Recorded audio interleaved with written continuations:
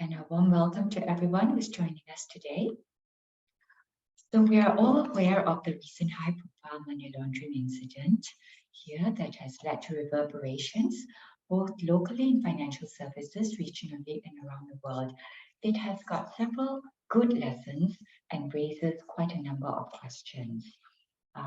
We are here today with a panel of experts where we're going to cover what are some recent trends and typologies in money laundering globally and in Asia Pacific, what has brought about here. These incidents have been detected. Could they have been detected earlier? Could they have been prevented? And then the good thing about detection is that assets have been seized. Well, what happens to those seized assets? Do the victims actually get them back? And what can and should all of us be doing about this? So let me first introduce our panelists, and if I invite them to put on their cameras so you can see them as well. Let me first introduce John Cusack. John is chair of the Global Coalition to Fight Financial Crime and co-founder and chair of the GSS Development Board. This is John's recent role. He has done quite a number of other roles. He's a very influential editor, founder of Financial Crime News. He's an advisor and on the board of several RegTech providers, advises NGOs and financial institutions.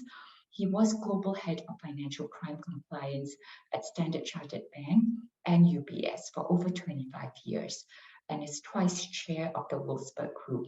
John brings to us a global as well as local, regional, across multiple countries perspective to this. I'd also like to introduce Raisin Tan. Raisin was previously the Chief Risk Officer for Asia at Pictet. He oversaw the risk and compliance teams, including development and implementation of the entire suite of risk and compliance policies and programs. With over 20 years of experience, he's also worked with UBS, Deutsche Bank, Credit Suisse, and also Revolut. Raisin is a recognized expert and thought leader in financial crime compliance and an IBF fellow, making several contributions to ACID papers, as well as to the Wolfsburg and ACAMS. We also have joining us today, Victoria Ting. Victoria is an associate director at Satya Law. Victoria brings to us the legal and law enforcement perspective. She's currently at Satya Law, specializing in areas of fraud, financial crimes, and investigations. And before this, she was a deputy public prosecutor and deputy state counsel with the Financial and Technology Crimes Division at the Attorney General's Chambers. So Victoria also holds a first-class degree from Cambridge and an LLM from Columbia Law School, where she graduated and topped her class, winning the prize for the highest academic average. So she's very smart and will be to any financial crime criminals around. With this panel, I encourage you to put forward your questions in the Q&A session. We'll take them at the end, but we'll collate them throughout. So with that now, let me come to our panelists. Let's go to my next question. Okay, what are some of the recent trends and typologies that you have observed in money laundering globally and in Asia Pacific? And what do you think are the drivers of these large wealth flows we're seeing into Asia Pacific and into Singapore? So I will ask Raisin and John to kick off with this. John, maybe over to you. Okay, thanks. Look, it's a real pleasure to be here. Thank you, IBF and WMI, for this opportunity. Short question, Sharon, but potentially a very wide set of answers to that. Deal with the first one first, the new threats. It's really interesting. We always want to know about the new stuff when actually the existing stuff is still pretty much what people need to focus and continue to focus on. I went back earlier to the 2014 National Risk Assessment in Singapore. And to be honest, it's still extremely valuable. to understand the nature of the risks and the nature of the threats that Singapore faces, because it really hasn't changed that much. There are some new ones, I'll come on to those, but it really hasn't changed that much. And you go back to it and it talks about fraud, and it talks about cheating, it talks about criminal breach of trust, which is foreign corruption, talks about shell companies, talks about unlicensed money lenders. And we'll come on to some of the cases that have a lot of that within it. So I think that's all still there. And let's not forget, anti-money laundering started with drugs and organized crime, and then has expanded to cover all the 22 predicate offences, including, things like goods piracy, trade-based money laundering, things like human trafficking and green crime. So there's a lot of crimes and criminality that are then potentially laundered through the financial system that we all need to worry about. I think more recently, certainly for me, when in my time at Standard Chartered Bank, we didn't really focus much on human trafficking until about 2016. And then we started really focusing on it. We didn't really start on wildlife trafficking until like 2018. And we had always had a fraud program, but the level of fraud and scams that are coming through now at epidemic levels, fueled by cybercrime, just wasn't the same sort of 4 or 5 years ago. So I put those as new-ish crimes. But of course, the one I'd probably put on top of my list right now is probably sanctions compliance or sanctions circumvention. And I'd add cyber crimes and fraud and scams to that. And I'd also put terrorism financing back on the list. It's gone off the list for quite some time, but it will come back on the list again, especially with Hamas and Hezbollah in the current conflict in the Middle East. The biggest risk, however, and it saddens me to say this, the biggest risk to financial institutions is not as such from the third-party threats. It's really from the responses and the reputation that we have or we have to lose in case we get it significantly wrong. And that's always been the case and always will be the case. And regulatory risk, of course, fines and penalties, and then the attendant reputation risk that comes after that is, of course, the biggest threat that financial institutions face, and also Singapore faces in relation to reputation. So I'll leave it there and give you a chance, Rayson, to pick up on stuff I must have missed. Thanks, John. And I agree with many things that you just said. I think one thing just to maybe highlight is that money laundering is a global problem, and it's a very lucrative business. If you look at the official numbers, the estimated of money laundered globally in 1 year is 2 to 5% of global GDP, or 800 billion or 2 trillion in current US dollar terms. As John has said, there are certain areas where these are newish. As an example, environmental related crimes. I think that's certainly something that's become more prominent in recent years, and human trafficking, of course, as well. Then you have things like on the security side. I think if I look at the enforcement report that the MAS issues from time to time in terms of their enforcement priorities, I think one space to look out for is on the potential issues linked to market misconduct. And when it comes to things like cyber crimes, as John has said, there's been a massive increase in fraud and scams, particularly those that are cyber enabled. I mean, I just looked at the numbers, and I'm not sure many of you are aware, the amount of losses to scams in Singapore tripled in 2021. And when I speak to the CAD, and a lot of this is all, I think, linked to the pandemic. There was zero housebreaking in Singapore then, and everything moved online. And that is, I think, a massive thing. Fraud risk management, I think, is now on a completely different level. I've spoken to industry colleagues, and they've told me they've quadrupled the team on fraud in the last 4 years. And I think the important thing for us insofar as dealing with these emerging threats is being sensitive and being aware of what these threats are, so that we can then shape our response strategy towards some of these threats. And these threats are ever evolving, and I'm sure there's new things that will come on board from time to time. But like I think John has mentioned, we are still also dealing with the same old issues. I was involved in the FedEp mutual evaluation of Singapore in 2015, and some of the criticism or maybe areas for improvement that the assessors had for Singapore then, I suspect still remains the case now. Is it for lack of trying? I don't think so. I think a lot has been done to try to improve these areas. But at the same time, I suspect these will still come up as areas for improvements in the upcoming assessment in 2025. So before we go to the areas of improvement, what has been done, what can further be done, just one more peel back the question a little bit. The underlying predicate crime, you're saying, has always been there. You know, people do bad things, whether it's drugs, it's prostitution, it's human trafficking, and they need to use that money, cleanse that money, and deploy it somewhere. Where does all that money go, and what has driven that to perhaps Asia Pacific or particular location? Why? How? Yeah. But Sarah, you know, I was looking at the MAS numbers for 2022. You know, you've got 4.9 trillion in assets in Singapore. 70% comes from foreign sources, which is exactly what you'd expect an international financial center like Singapore to have. Times are tough, but Singapore had 435 billion Sing dollars in net new money. That's pretty impressive. It's pretty impressive, right? Again, 70% of that is from abroad, or most of it's from abroad. Most of that money, 99% of that money, is absolutely clean, right?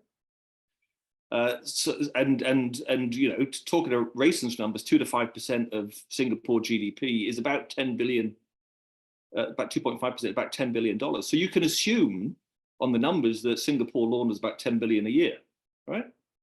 That's not much compared to the rest of the numbers, even though we're going to talk about the 2.8 billion case and everyone's going to say it's terrible, which it is. But we need to put the numbers also into perspective. Illicit money follows good money and follows into good places. People who are criminals and make lots of money, they want to go to Sentosa and buy a property, right? That's what they want. They want to drive a Ferrari around Singapore and pretend they're, I was going to say Nigel Mansell, but that dates me then. You know, Max Verstappen, right? That's what they want to do with it. So Singapore's always going to be targeted.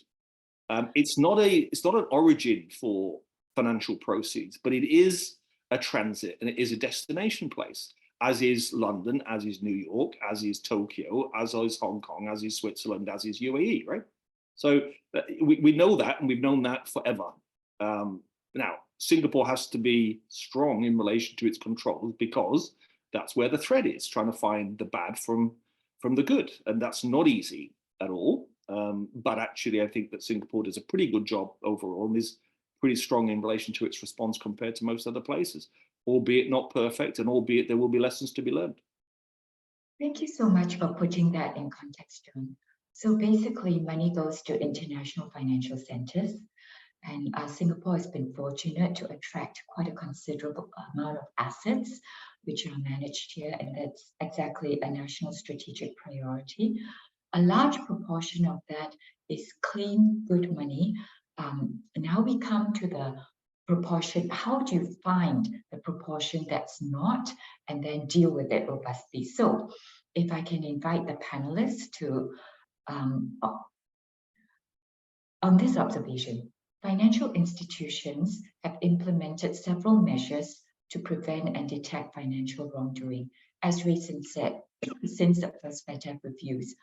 Would you share your perspective on these, your views on the relative effectiveness of these measures, any enhancements or improvements that could be made?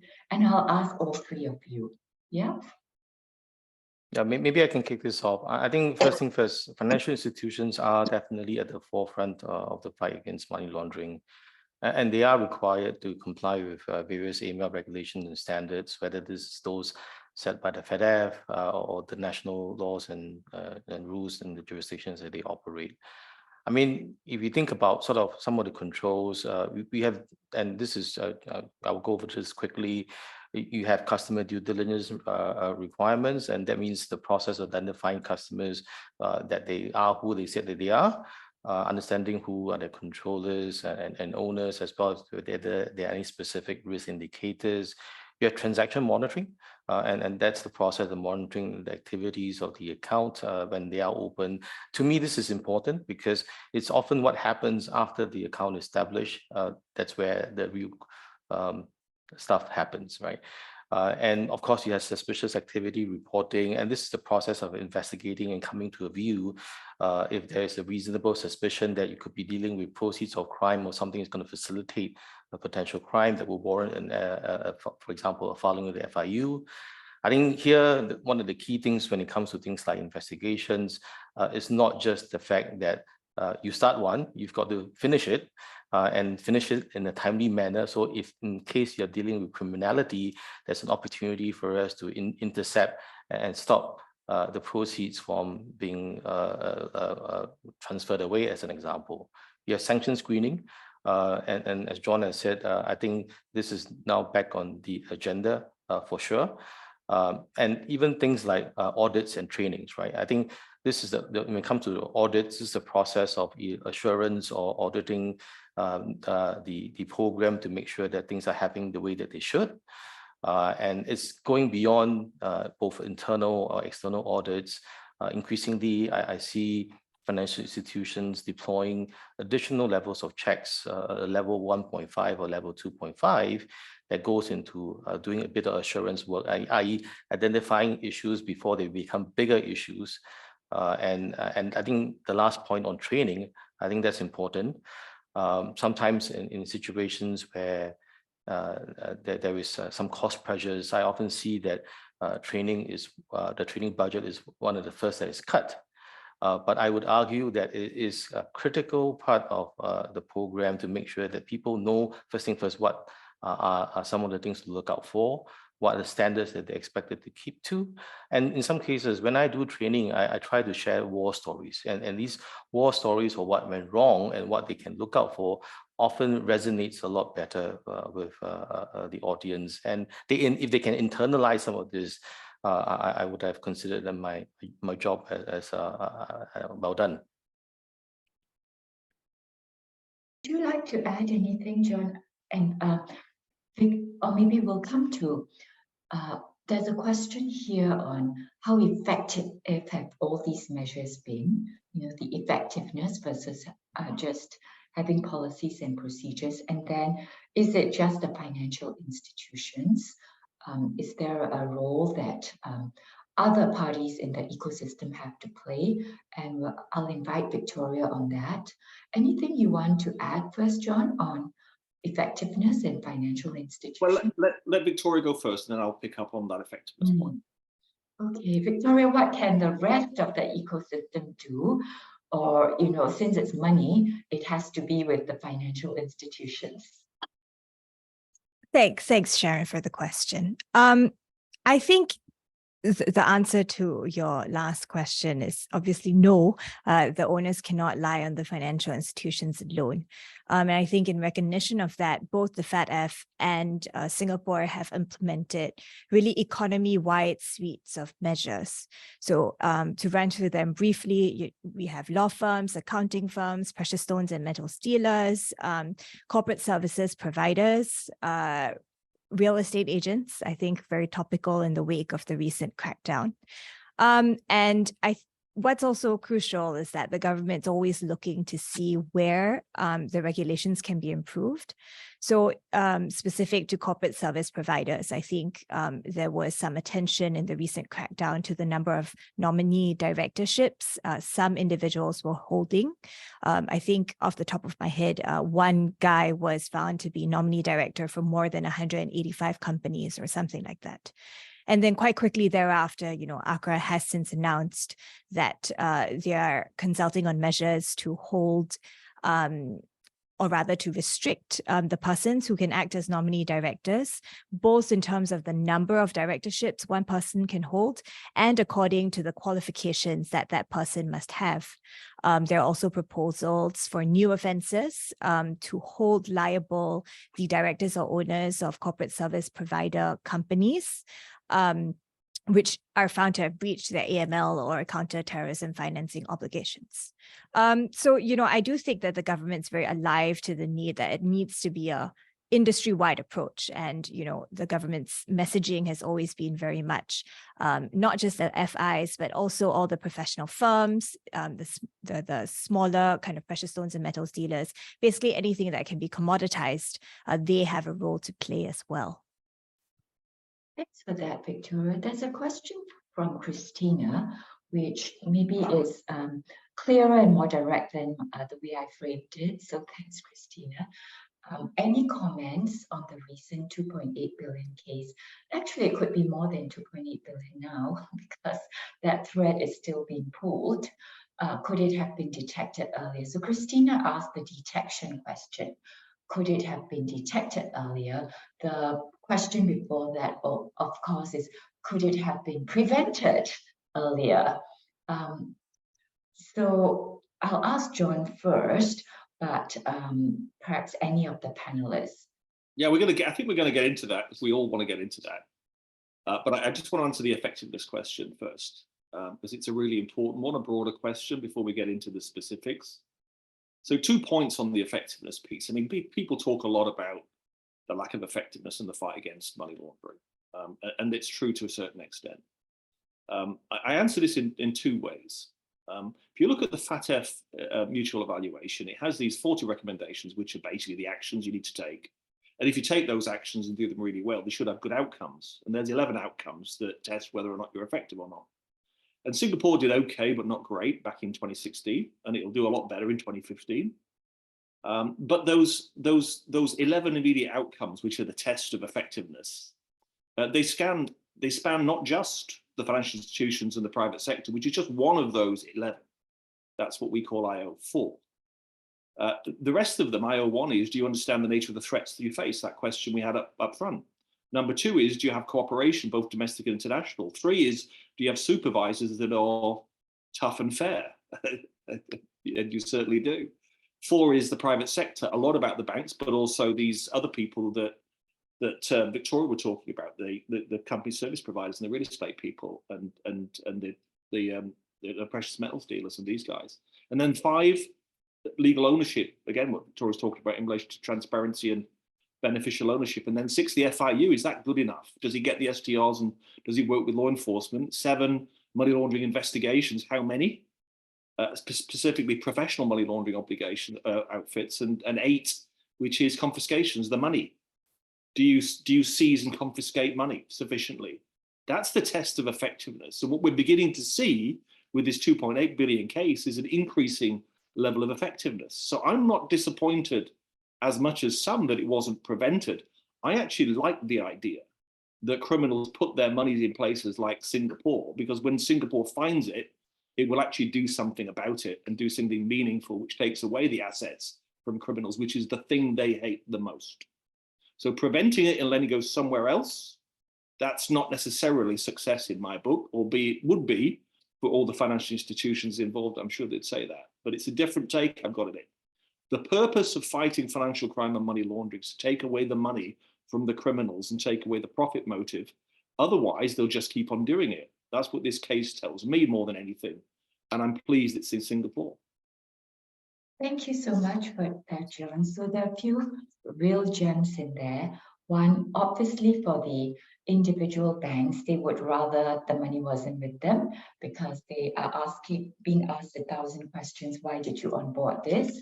And why didn't you detect this earlier? But once it's detected, then the way that Singapore dealt with it, which is actually can be seen in, as you're saying, John, tracing the outcomes from the FATF reviews, means that crime doesn't pay once you're caught in such jurisdictions. Whereas it may not be too far-fetched to say that crime generally can pay in the money laundering world, where it's, a large part of it is A, not detected, and B, not enforced. So there are a couple of other questions coming in, all of which I see. Let's go to Christina's question, which is tied with the next one first, and then come to some of the others, right? And I'll try to summarize some of the questions coming in. So could the panelists share your perspectives on the recent high-profile arrests and asset seizures by Singapore in connection with this case? And for the other industry sectors, so financial institutions have a raft of policies and procedures in terms of the other industry sectors who are also bound by the financial crime laws of the lands. Have those measures been effective or enforced? So this also ties with another question from Ashwin, where he's interested to hear the panel's thoughts on whether banks and FIs focus only on control effectiveness testing or on outcomes testing as well. Let me open that up to anyone who wants to take this question first. Your perspective on the recent high-profile arrests and asset seizures. Maybe I can add a bit there, and also sort of maybe talking a little bit about the challenges that FI faces in being effective. All right, we have a situation where there's asymmetric information. You often know less than what you're being presented. There's a big volume of information to digest. I see often sometimes a generalization in the people looking at the clients in terms of onboarding. And I also see in cases where in the pursuit of operational excellence, you create silos where you have different departments doing different parts of the process, but no single party then having a holistic view of the body of information that you have received. I think all these things and the fact that sometimes you're not looking at the right risk hotspots, this all conspires to create a situation where it is often very difficult for financial institutions to be very effective in being able to spot all the criminality. I think they have got some rate of success, but depending on how effective they are in terms of implementing some of the controls and making sure this is well thought through, and there are appropriate assurance and testing to make sure that they're functioning properly. This is, I think, the litmus test in terms of how to improve the operating effectiveness of your controls. Maybe I'll break down that question a bit and ask, at the client onboarding stage, in the panel's view, could anything else have been done, either from the FIs or the corporate service providers, or in fact by any real estate agents or any public authorities? Well, it seems that in 2021, there was a SAR filed by somebody, which went into the CAD, I presume, and then started the investigation. So first of all, well done to whichever bank that was. It probably failed in relation to its onboarding, but it also probably succeeded many times with lots of other cases too. So we judge banks on what they miss, not on what they find often. So we should just reflect on that. So the first piece of information went into the CAD, right? Other information about the volume and value of assets of this group of 10 were distributed across lots of different banks. And don't forget, on the day of the arrest, I think it was about 120 million was seized, and now it's up to 2.8. So you see that actually there's a lot of extra additional bank accounts that have been found simply by the fact that you know the names of the people involved. Now, if banks can share information better, and the authorities can share information about investigations better and quicker, then you'll find these 2.8 much more quickly than you would otherwise, and that helps on both sides. So cooperation, intelligence, information sharing between banks and between law enforcement and the banks is absolutely essential. I must say in this case, you know, what's really different about what you're seeing here is you're seeing speed of investigation and you're seeing cooperation in the financial sector that is really quite staggering. And the results of being able to get to 2.8 in such a short space of time is really very impressive. I am surprised that these 10 had the concentration risk of assets and goods in one jurisdiction. That is quite foolish from a criminal perspective, and especially foolish if you get caught in Singapore. I can tell you that. So they're not the wisest criminals in the world, and they're going to pay dearly for it. So I think we can all to go back to Race's point. You know, on every case I've ever looked at, I've found thousands and thousands, and my teams have found thousands and thousands of really good stuff that we've helped law enforcement with, including in Singapore. Every case that I've looked back on where we missed stuff, you could always do better. And we will learn the lessons again from this case, and there will be lessons to learn a lot in the DNFPB sector, right? I'm sure that will be a focal point, the real estate and the company service providers and the others, and do like be a big focus. But also let's also recognize the contribution that the financial services industry has made to getting to where we are. Thanks for that, John. Raisin, anything to add for the financial institution sector and Victoria for the DNFP for everyone designated non-bank financial sectors? Oh, well, I would say, Victoria, what are you going to go ahead? No, go ahead, Raisin. I know some commentators have said that the size of the bus suggests that there's weakness in Singapore's AML and system, but I don't think this is applying the right lens. I think instead this sort of demonstrates, I think, two things. I think one, that money laundering really operates on a massive scale globally. And even, for example, on the recent 2.8 billion matter, I do read from reports that, and to John's earlier point, Singapore is not the source of many of the crime. It could be a destination or a conduit. And you, for example, find apparently properties also in the UAE or in London, as an example. So this is not something that is unique to Singapore in terms of what's happening. And I think the other thing is that Singapore will go after the bad guys, no matter how big or powerful they are. I think this is clearly a statement of intent. And if you are a criminal to concentrate everything in Singapore, I don't think that's very wise, as John has mentioned earlier on. Raisin, I don't know whether or not we're going to find that they've also got lots of assets elsewhere or not. I think there is some suggestion. At least one of them has 40 to 50 mil GBP of property in London. Okay. So we weren't the only global financial center. Yeah, but it's more usual, isn't it, that for these kinds of cases where you get much more disbursement of assets rather than this level of concentration in one jurisdiction. I think that's what makes this a bit odd. Yeah, I think the asset tracing is still underway. So the potential for more to be uncovered, maybe internationally outside of Singapore, I think is always there.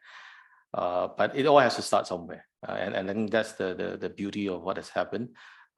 This clearly is a statement of intent. And I know from what I've been reading, different countries are taking note, and I'm sure they're running their own exposure checks as well. And hopefully are cooperating. And to your point about information sharing and cooperation, money laundering is not not a national problem, it's an international problem. And if you look at cross-border flows, it is so easy to move monies from one place to the other, capital controls notwithstanding. So it does require both that public-private partnerships locally and also internationally in terms of information sharing. As well between governments and FIUs? I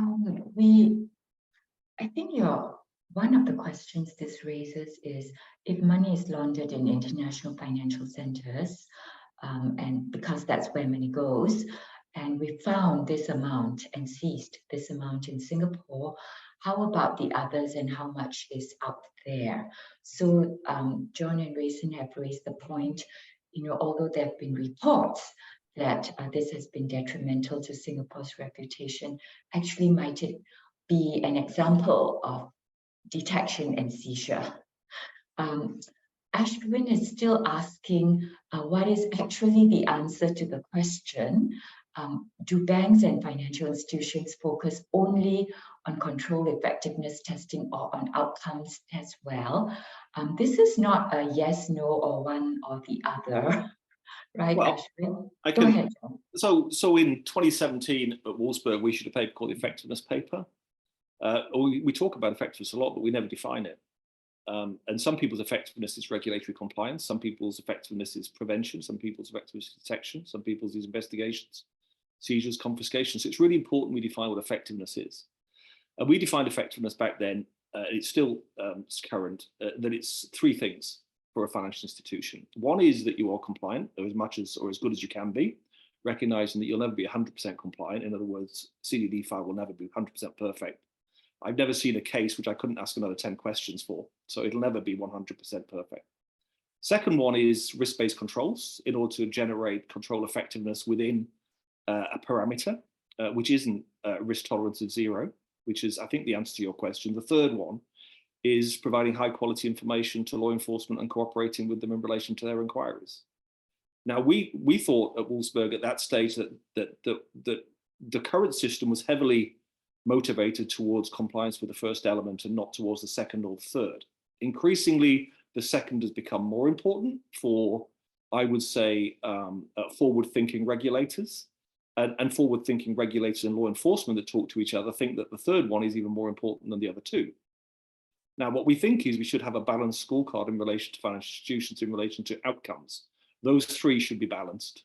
Not one should be over-determinative, and we're still on that journey of trying to get to the end. There is a fourth one that we didn't put in, which we discussed, which was friction, unnecessary friction, and the customer consequences and the innocent customer consequences in relation to controls that negatively impact them and when they've done nothing wrong, which is a consequence of us doing our jobs as well as we can. So it's a complex answer, but we have thought it through a lot. And so the answer is it should be outcomes based, but that's only allowed if it's regulatory allowed or if the law allows it to be, and it doesn't really yet. So we're still a work in progress. I think thank you, John. We would always want to be outcomes or objectives based, but to get there, you need certain controls, you need certain measures to be implemented. So it's not okay to skip on proper controls at time of onboarding, but because finally, if the outcome is no money laundering, getting there is a long journey and possibly realistic, like climate change or net zero by a certain time frame. Yeah. So let's move on to the. It's important to have controls at the time you onboard, but there are some that are missed.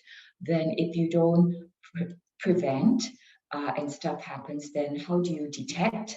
So in this case, detection measures have worked to surface this. Could detection measures work in other financial centers or elsewhere?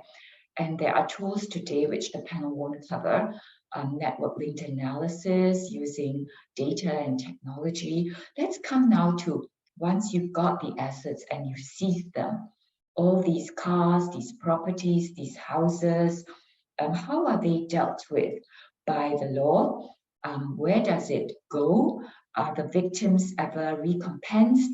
And how about the commissions that were made by real estate agents or corporate service providers? You know, the proceeds of crime or the roots of the forbidden fruit, can they be clawed back by law enforcement? Perhaps we'll ask Victoria to kick off with this. Yeah. So I'll take the simplest question first, which is how assets are dealt with after they're frozen. So under the law in Singapore, what happens is that frozen assets are held as such until the conclusion of proceedings. So let's say in a simple example, we have someone who kidnaps a kid, gets $1 million in ransom. That $1 million will be held by the police until that person is convicted, in which case the $1 million will go for what's called a disposal inquiry, or if that person is acquitted, then that $1 million might be returned to him. So at a disposal inquiry, what happens is that anyone with any interest in the money is invited to step forward. This would be, in the case of the kidnapping, the victim who paid over the ransom monies. Let's say the $1 million had been used to purchase an asset or a diamond. That victim can lay claim to that diamond in substitution of the ransom monies.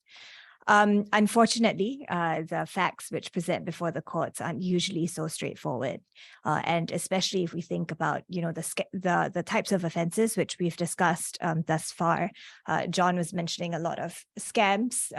The modern scam syndicate is a very, very broad-ranging one, often with many different layers of individuals involved, from the person who calls you on the phone and pretends to be a government official to the mastermind who eventually benefits from the collected proceeds of the scam syndicate.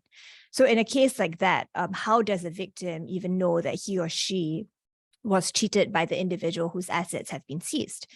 These are the questions which are quite difficult for the court to resolve. To make things more confusing, you know, the same asset would generally have been tumbled many, many different times, sometimes with the use of, say, anonymous cryptocurrency, cryptocurrency tumblers, very complex offshore structures, which make the traceability from the crime to the eventual seized asset quite difficult. How the court then determines it is, even if no victim comes forward, so long as the person who has been convicted cannot demonstrate that he or she is lawfully entitled to the money, then the court will confiscate the asset that's been seized. And I think this really goes back to what John was sharing about earlier, which is one of the key outcomes or key goals in the AML fight is to ensure that criminals don't get to retain the spoils of their crime and to remove the incentive that they have to commit crime. So that is, I think that takes care of the question of what happens to the assets seized. I think there was a question about clawback of commissions. Yes, yes. So I hate to give the very lawyerly cop-out, but the answer really is it depends. So as and when the commission, say a real estate agent gets a commission, the circumstances under which he or she will get to retain the commission or that commission may be clawed back, it depends. And chiefly it depends on her knowledge and the circumstances at the time. Did she know at the time that, she proceeded with the transaction, that there was some basis to believe that the buyer was involved in some sort of crime, or were the circumstances such that she should have been suspicious at least? If the circumstances were such that there were multiple red flags, then of course the law has mechanisms for the commission to be clawed back. And this is in addition to the usual suite of sanctions. So we have, your fine and imprisonment, disqualification for periods, and these things. If the agent did not have, or rather, if the circumstances were not such that the agent should have been put on notice, that's where it gets a bit murkier. There is a possibility that agent might still be under an obligation to surrender the asset or the commission to the police if it's the traceable proceeds of a crime, and that asset will be frozen until the conclusion of investigations, at which point it will essentially be both the agent and the victim coming forward to lay claim to the asset. There's also the possibility of civil exposure, where the victim might come forward and lodge a civil claim against the real estate agent, but then it gets very, very fact specific as to what should have been done and what was in fact done.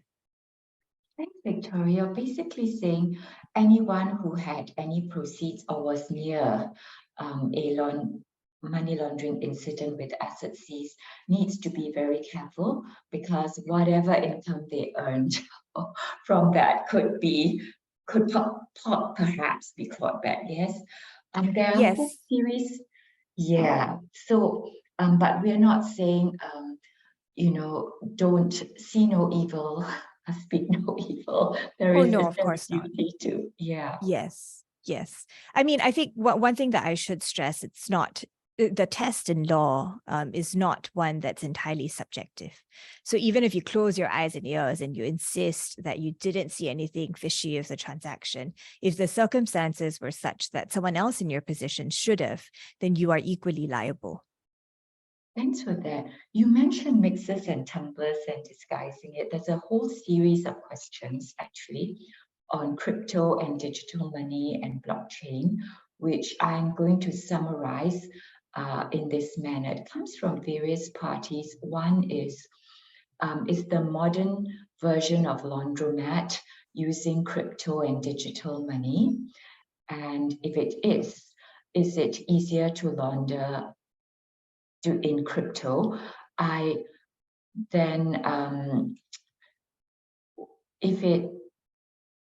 Can crypto and CBDCs, well, perhaps not CBDCs, but digital money in some form, digital assets, potentially be exploited to facilitate money laundering internationally? And does the panel think blockchain will help or will help detect money laundering or help facilitate money laundering. So a whole series of questions around this. Not sure if it's also prompted by breaking news this morning on Binance, but perhaps I'll just open this up and maybe Rayson can kick it off, given your experience with setting up money laundering controls at Revolut. Sure. Well, at Revolut, we didn't do crypto when I was there. That was after I left. What I would say about crypto, and interestingly, if you look at the $2.8 billion case, I remember reading at the start of the whole seizure that there were 11 pages of crypto-related asset documents that were seized. I think I was sort of half expecting this to translate into much bigger numbers in terms of actual potential ill-gotten gains, but it sort of translated to about 38 million. And that is as compared to 1.25 billion in the bank accounts. So I'm not sure what's the implication of this. Are these potential criminals a little bit more old school? They still prefer cash, or cryptos susceptibility to money laundering may be overstated in this particular instance. I'm not really that sure. But if you think about, I think the challenges around crypto monitoring, and you do hear of specialist firms that are able to unravel the transaction flow because everything is on the blockchain, and by its nature, not completely anonymous, but pseudo-anonymous. One might argue that the challenge here is, are you able to monitor at scale, right? Or is this more a forensic type investigation? So I think crypto definitely does have a bit of baggage, and I think the recent the news that just broke about Binance, of course, is going to, I think, renewed pressures for the bar to be raised on the crypto side. But again, in fairness, I think there's been work that's been done. Things like the implementation of the travel rule is something that certainly is going to help if properly implemented in upping the standards. Victoria, would you like to add from the experience of partners in Satya Law doing digital and crypto tracing? Yeah, I tend to agree with what Rayson said. The one advantage that we exploit the most when we deal with crypto, and we have quite a number of crypto cases, is the infinite traceability of the blockchain. While of course there are, exchanges which provide tumbling or mixing services, and there are things like, your XMR, Solaro, which are anonymous cryptocurrency, the vast majority of crypto transactions do take the form of your rank and file kind of Bitcoin or USDT.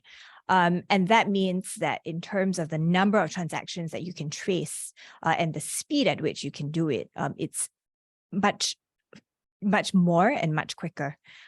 What I will say about crypto, though, is that I think because of the nature, its inherent nature, which is that it takes place on the blockchain, there are certain funky things which you can do with crypto that you can't do with regular fiat and bank accounts. So, for instance, something that we see quite often is that when, let's say, there's a cyber attack and the proceeds get transferred to a specific bank account, the perpetrators often use algorithms to dissipate the proceeds through very, very many digital wallets, far more than I think would be humanly possible.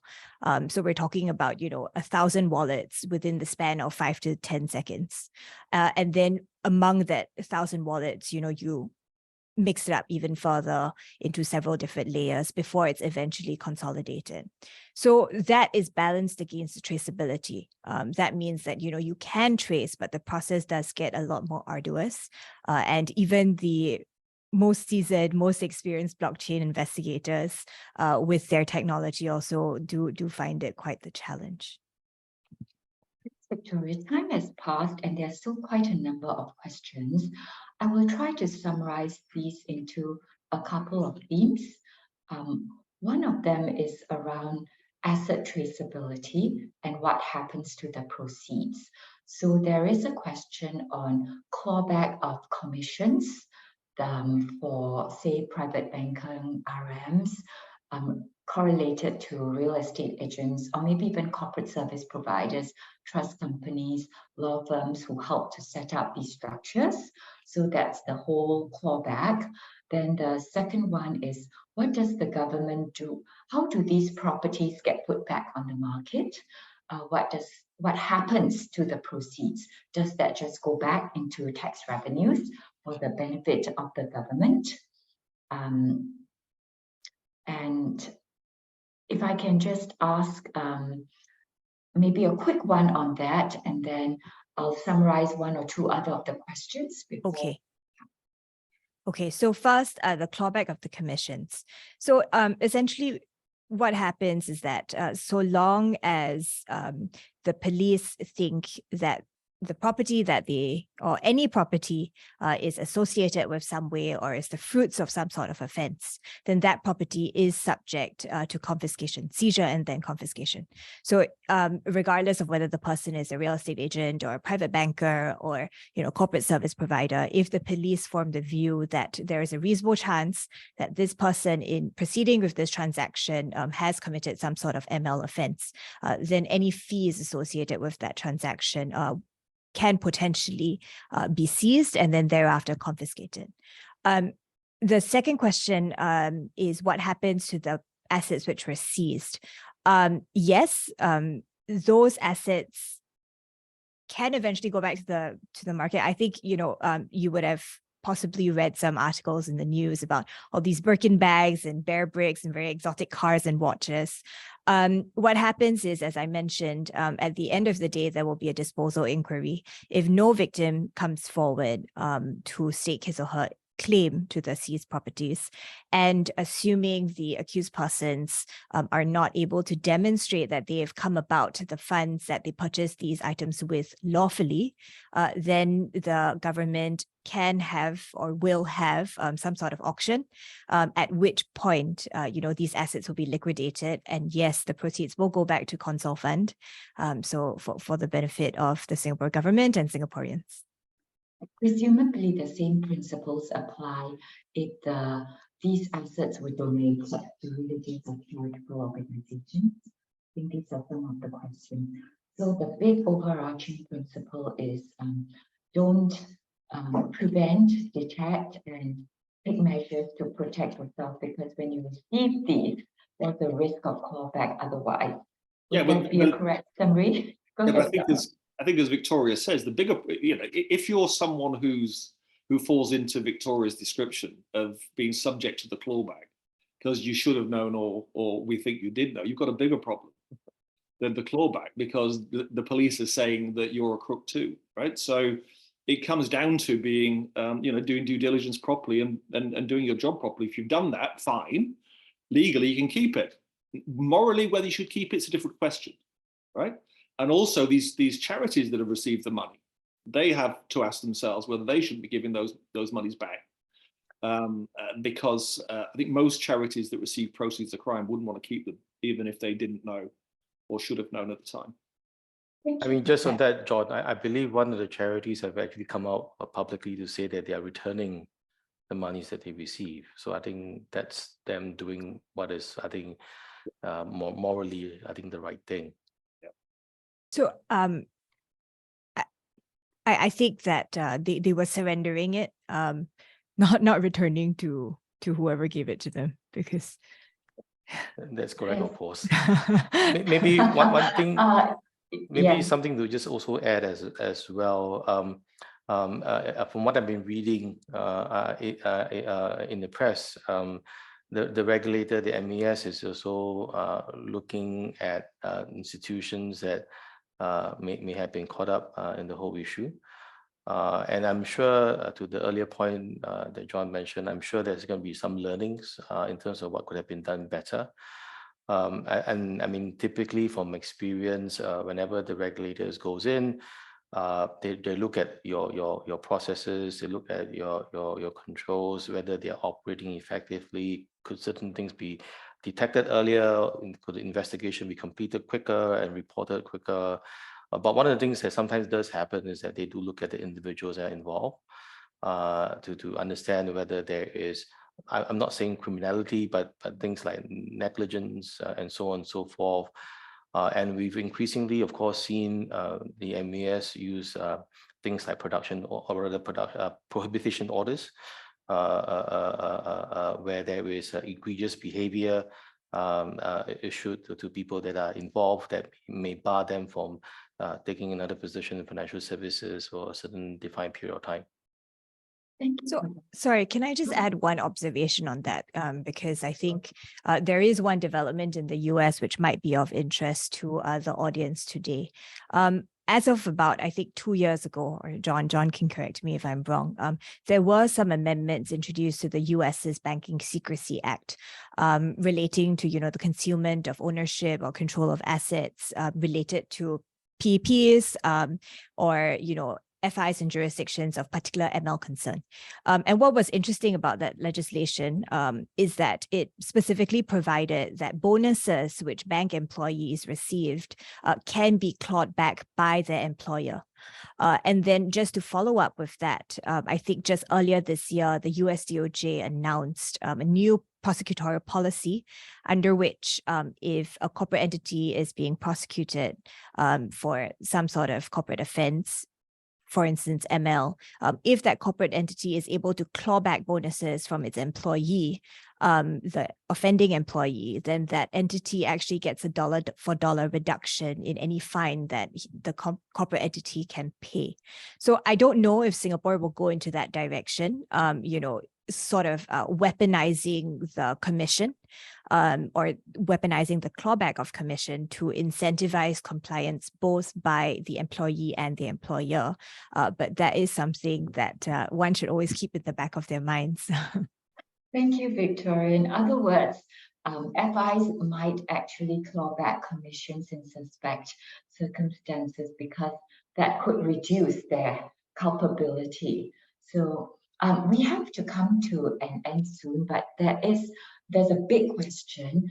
How would the FATF view this incident in the next FATF evaluation? How can Singapore be more prepared till then? I think I would have to say to this, you have to come to a WMI class or another full session on this, right? It's going to take more, but let me just ask the panel to sum up and maybe in like one sentence or two, what advice would you give to anyone who's interested in being part of the fight to combat financial crime to make sure something like this doesn't happen, in a place we want to preserve as a reputable international financial center? I think I'll just ask, maybe we'll go around in the order of, pictures. We'll start with Rayson.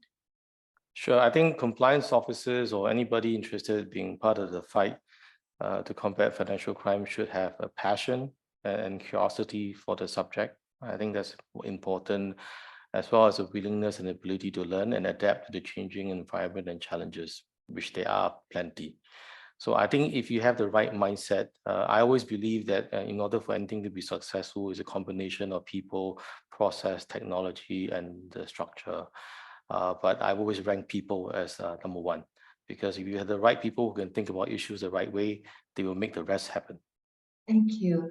Victoria, any advice in 1 or 2 sentences? I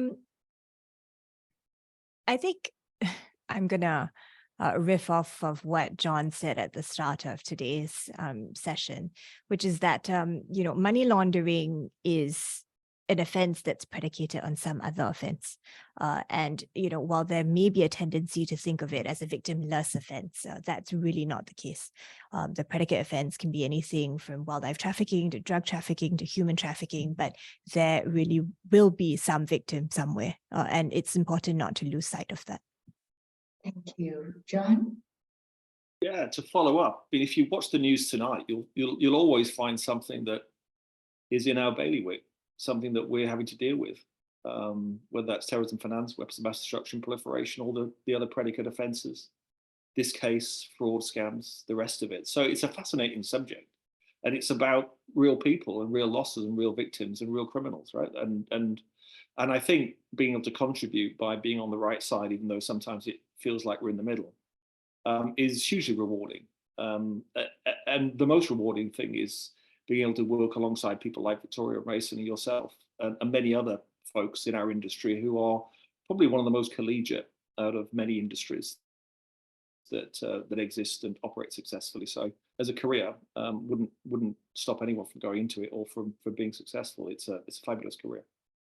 Thank you so much to all our panelists. I think I summarized it as it's about being one of the good guys in the world, protecting people, the financial industry, our payment system, and being remembered for that.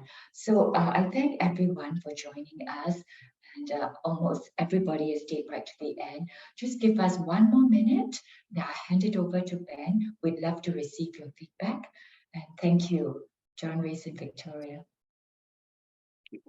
Thanks, Sharon. To all the audience, thank you very much for joining us once again in our fight against financial crime. I'll just like to share a little looking at some of the questions that you have in terms of controls, some of the challenges faced in customer onboarding. We do have programs at WMI. In addition to our private banking and wealth management programs, we have a whole suite of compliance programs. If you're interested, do drop us, leave us your information. We'll be happy to speak with you. More importantly, we'd like to have your feedback on today's session.